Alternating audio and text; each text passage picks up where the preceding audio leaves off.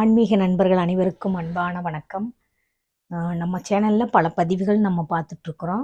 இன்றைக்கான பதிவு பார்த்தீங்க அப்படின்னா, சிவபெருமானுக்கு எந்தெந்த நாட்களில் விரதம் இருந்தால் என்னென்ன பலன் அப்படிங்கிறத பற்றி இன்றைக்கி நம்ம பார்க்கலாங்க. திங்கக்கிழமை சிவபெருமானுக்கு விரதம் இருந்தால் அது சோமவார விரதம் அப்படின்னு சொல்லப்படும். அந்த விரதம் ரொம்ப கடுமையான விரதம்.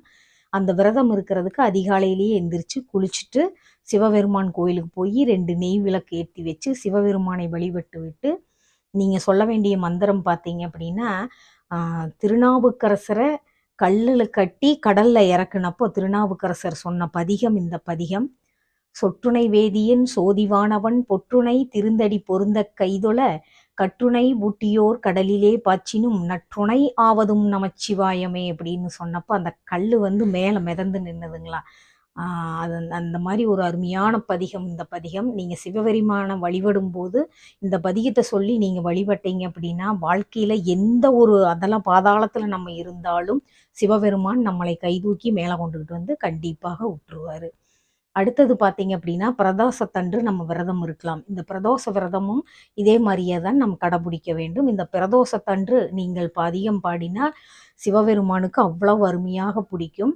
அதில் திருஞான சம்பந்த பெருமான் எழுதிய இடரினும் தளரினும் பதிகம் படிக்கிறது நீங்கள் எவ்வளோ கஷ்டத்தில் இருந்தாலும், ஒரு சொந்த வேலை இல்லை, ஒரு நல்ல குழந்தைகளுக்கு கல்வி இல்லை, நான் ரொம்ப சிரமப்படுறேங்க வாழ்க்கையில் அப்படின்னு நினைக்கிறவங்க, இடரினும் தளரினும் எனதொரு நோய் தொடரினும் உணகழல் தொழுதெழுவேன் கடல் தண்ணில் அமுதோடு கலந்த நஞ்சை மிடரினில் அடக்கிய வேதியனே இதுவோ எமை ஆளுமாறு ஈவதொன்று எமக்கு இல்லையேல் அதுவே உனது இன்னருள் ஆவடுதுறை அரணே அப்படிங்கிற இந்த மந்திரத்தை நீங்கள் பிரதோஷத்தன்று படிக்கலாம்.